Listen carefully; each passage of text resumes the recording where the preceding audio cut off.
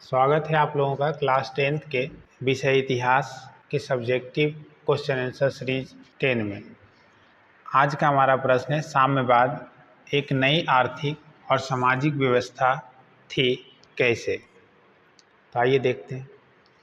बताता है, साम्यवाद एक आर्थिक और सामाजिक व्यवस्था है जिसका उद्देश्य समाज में वर्गहीन, शोषण मुक्त और समानता पर आधारित व्यवस्था स्थापित करना है।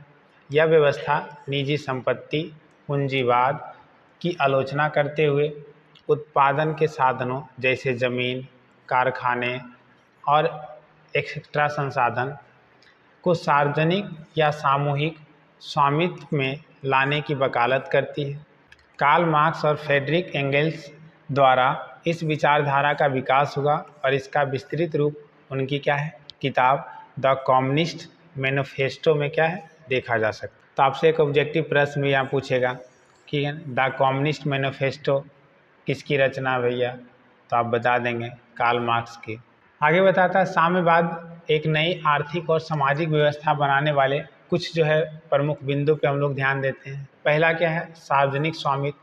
साम्यवाद में उत्पादन के साधनों का निजी स्वामित्व नहीं होता बल्कि पूरे समाज के स्वामित्व में होता है, यानी भूमि, उद्योग और संसाधन निजी व्यक्तियों के बजाय पूरे समुदाय के स्वामित्व में होते हैं। इसका उद्देश्य यह होता है कि कोई व्यक्ति या वर्ग दूसरे का शोषण ना कर सके और लाभ सभी को समान रूप से क्या है, मिले। दूसरी पॉइंट की अगर बात करें तो वो वर्गहीन समाज। तो साम्यवाद का उद्देश्य वर्गों को समाप्त करना और इसमें पूंजीपति वर्ग और मजदूर वर्ग के बीच कोई अंतर नहीं होता था।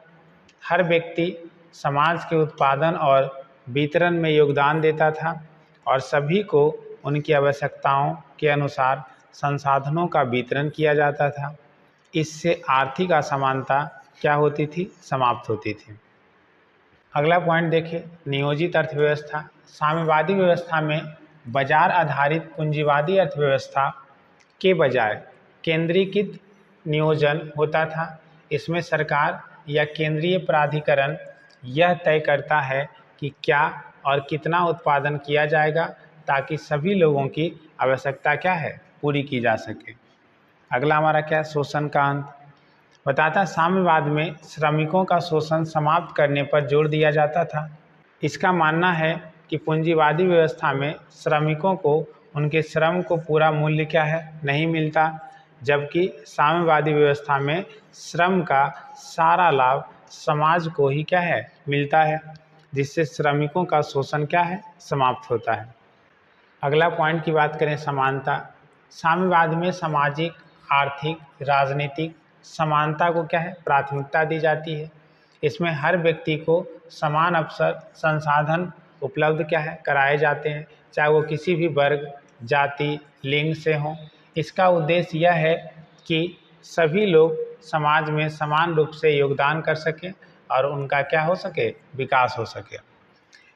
इन बिंदुओं के आधार पर साम्यवाद पूंजीवादी व्यवस्था से अलग है, जहां निजी संपत्ति, मुक्त बाजार और वर्ग विभाजन मुख्य घटक होते हैं।